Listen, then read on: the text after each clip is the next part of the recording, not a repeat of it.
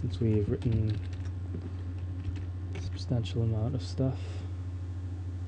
Yeah, so let's see what didn't compile.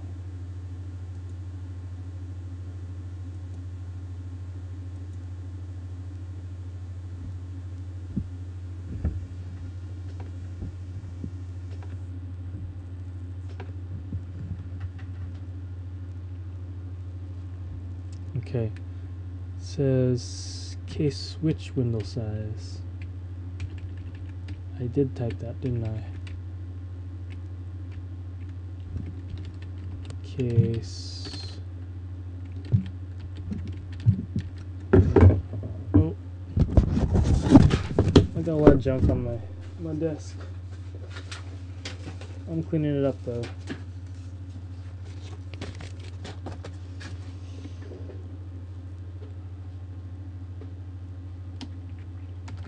So that should be stretch. Misspelled stretch.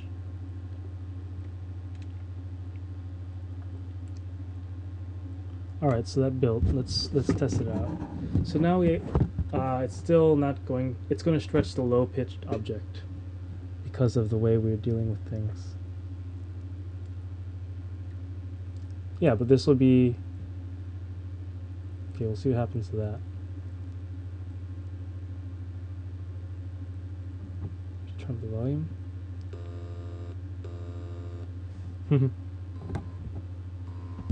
Well, that's the sound of a short buffer being repeatedly stuck into the sound card. I know that sound very well. Yeah. So it's probably right here. Something about what we did right here. So when we're greater than the stretch size, set the A table index to 0. That's good. It should be 0. Then we have these rewind samples and we subtract them. Yeah, and if we manage to go below 0, we increment A by the number of frames in that buffer. Really should be the buffer before, but that's constant. And then we decrement the A window index.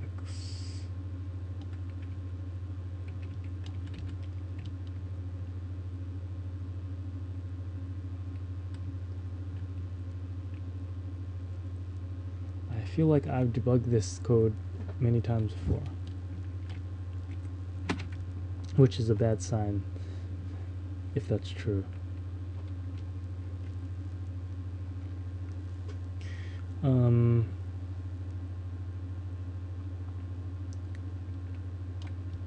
Rewind samples, K stretch window size, divided by M stretch rate. Yeah.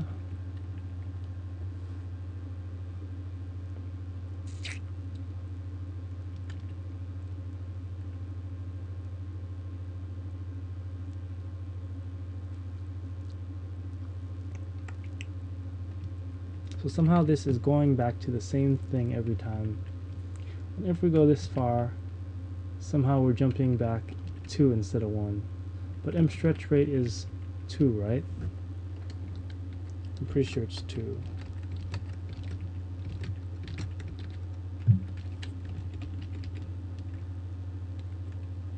Yes, M stretch rate is 2. So we are only jumping back half of that.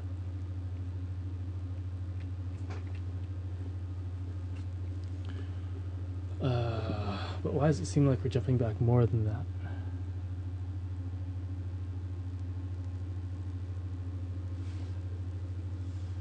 Tricky, tricky, tricky.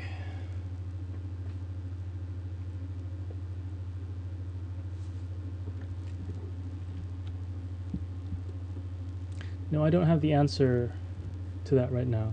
We need to just stare at this code. And when you're looking at a bug, if you stare at it for long enough, Even if you have no idea, you make a lot of progress. Yeah, but we fixed the main bugs.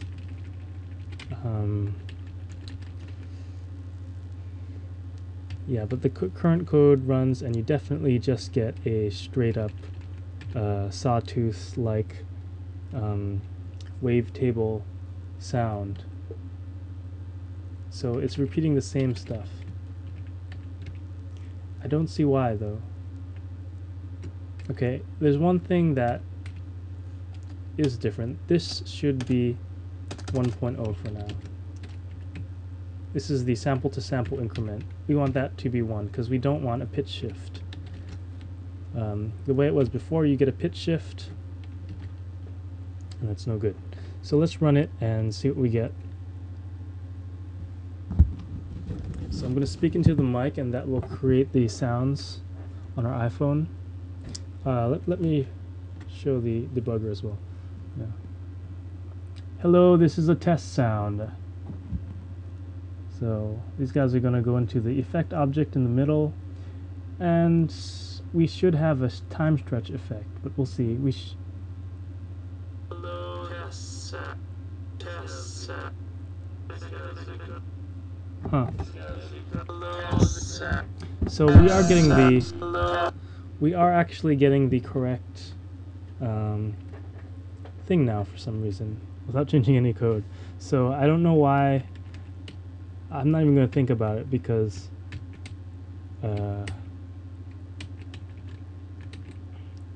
this change, what change? Yeah, turning this from a rate of 1 to from 0.5 fixes it.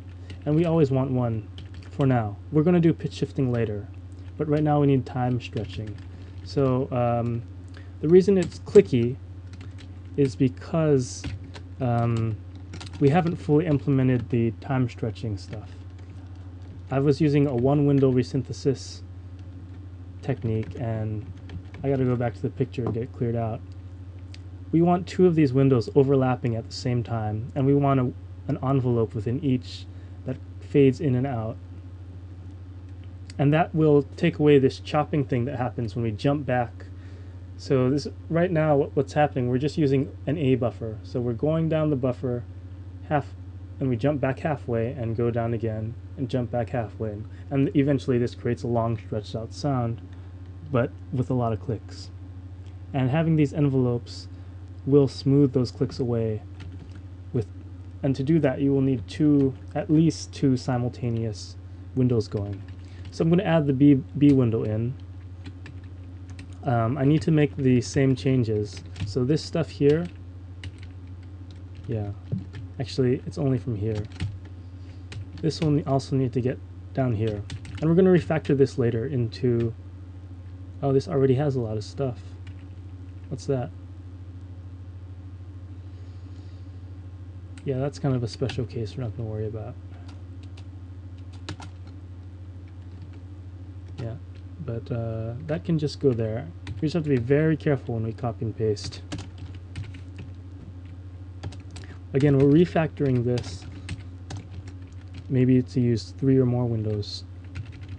And at that point, we won't worry about this code down here. But, you know, we want our stuff to run correctly. So at the same time, we have to worry about that. So going back up, this code might just be okay to run. There's one issue. And when we're incrementing the B sample, yeah, this guy here. Yeah, see, it's called conditionally, unlike the A window, because this one gets delayed a little bit and then it starts. So this should be 1.0 without a doubt. Once this works, we can look at pitch shifting.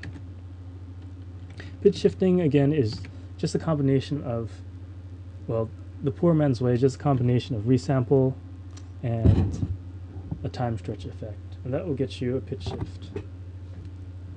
Because resampling stretches or shrinks the sound and changes the pitch. Yeah. Hello, this is a long test sound. So We have an object. Hello, this is a lot. Yeah. And notice that only half the sound came out, and that's because right now we're limited to the input size. It's just the way our effect structure works. That's obviously a problem. And you could hear the sound quality wasn't that good. That's probably because I was clipping and I was right against the mic. But I mean, the effect basically is there now. It's semantically meaningful.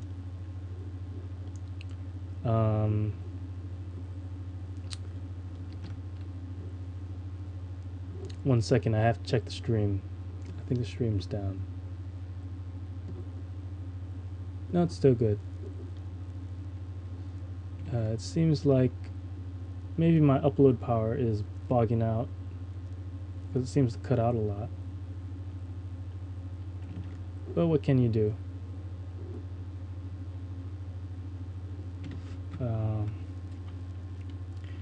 Yeah, for those interested, there's the YouTube channel. I should link to that. No, it's in my channel. Yeah, but we have, you know, the very basics of this pitch shift diagram implemented. But there are, in our debugging, we commented a lot of things out. We can re-enable this harsh V. So right, it used to be 1.0, which is no envelope, which is just a harsh rectangle. We're going to turn on V's for now, and then we can add sign. And that, once we add all three of those, that will be pretty good.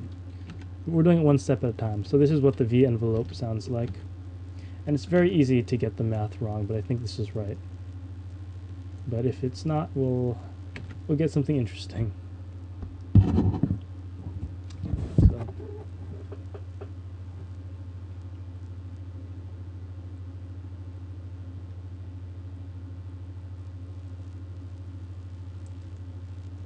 Hello, this is an input sound. Looks like it's split up into two sounds.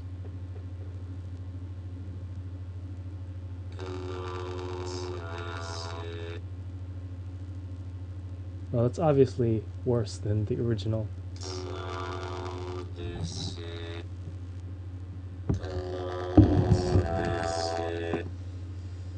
Yeah. It might be an upside down V, and we want a normal V. Let me just look at this very quickly. Absolute value. So this will always be positive, and it will always be, yeah, from 1 to K stretch window size.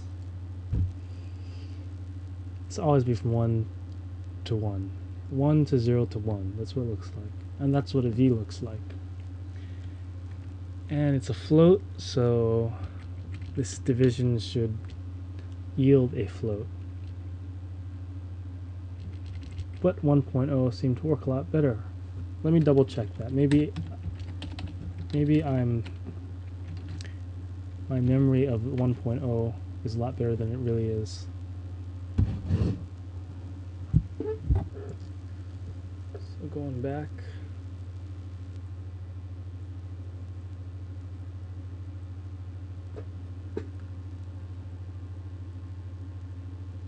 Hello, how are you doing? Are you doing well?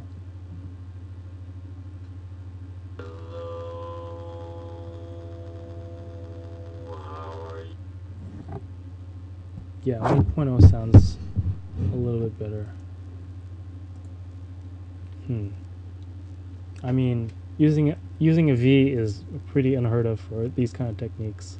We would go straight to implementing the quick sinusoid. I don't think this is, I don't know what kind of window you call this. I just call it full sinusoid. So it's actually not a sinusoid. We want an inverted cosine. So cosine looks like this, right?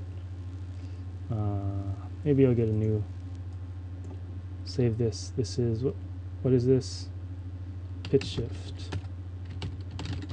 I'm going to get a